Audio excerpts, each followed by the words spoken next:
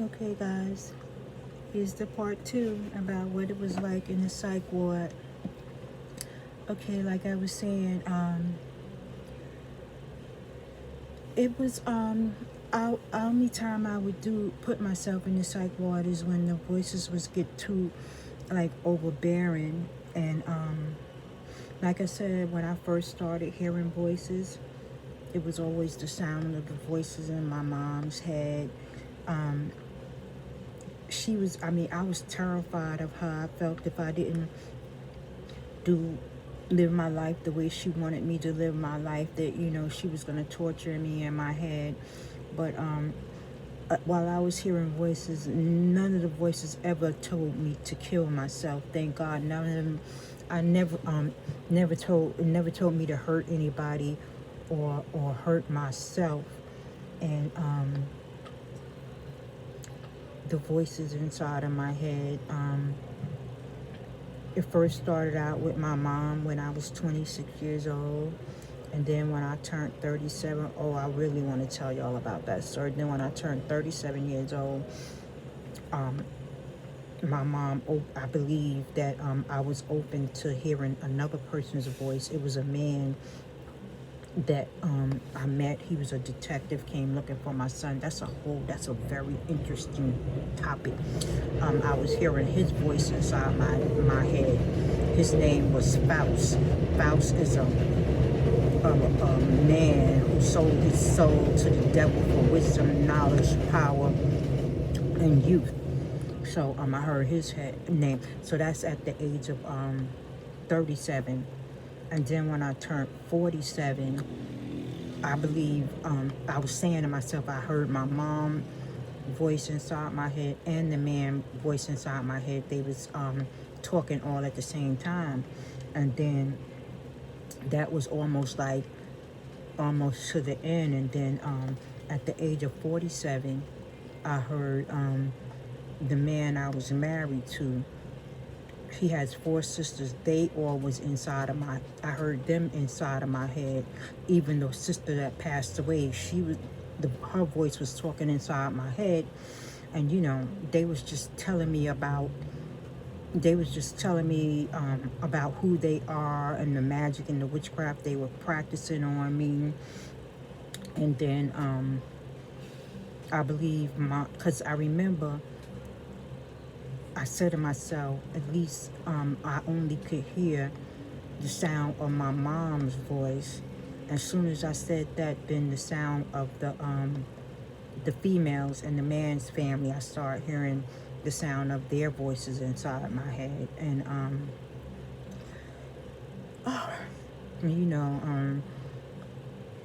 I'll probably, when I do the biography, I'll talk about what the voices, what sisters were saying, what my mom was saying, and what the man was saying. It's only but so much. This is a long journey that I want to share with you guys. When you share these things, it bring like healing. It bring inside healing for myself, and hopefully healing for other people. And then and like I said, if it wasn't for that psychiatric medication, a lot of the things that people that I love, like my mom and my step cousin and the people in the marriage, I never would have let them talk to me the way they was talking to me.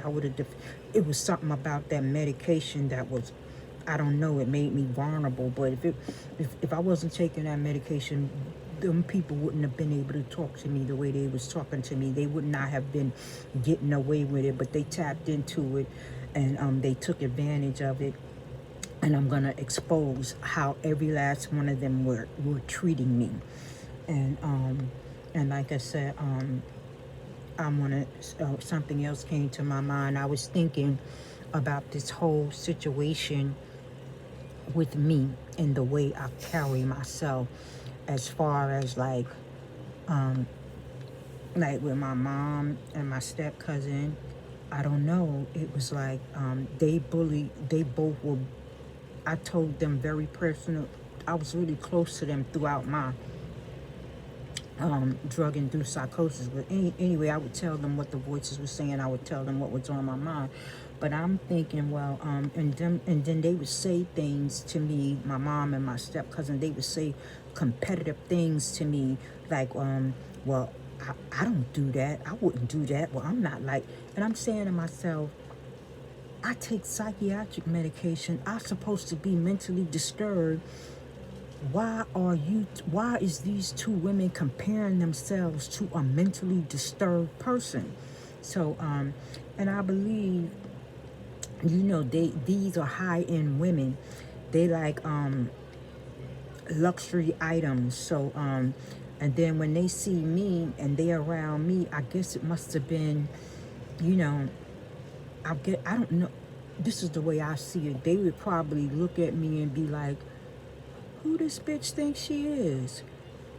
She walk around in all these inexpensive things. I get things off the clearance rack, and she thinks she all of that. She feel more better than the way I feel. She carry herself better than the way I feel, and that's what I think they was thinking. That she don't need. I don't know if they was thinking that, but I'm gonna bring it to their attention.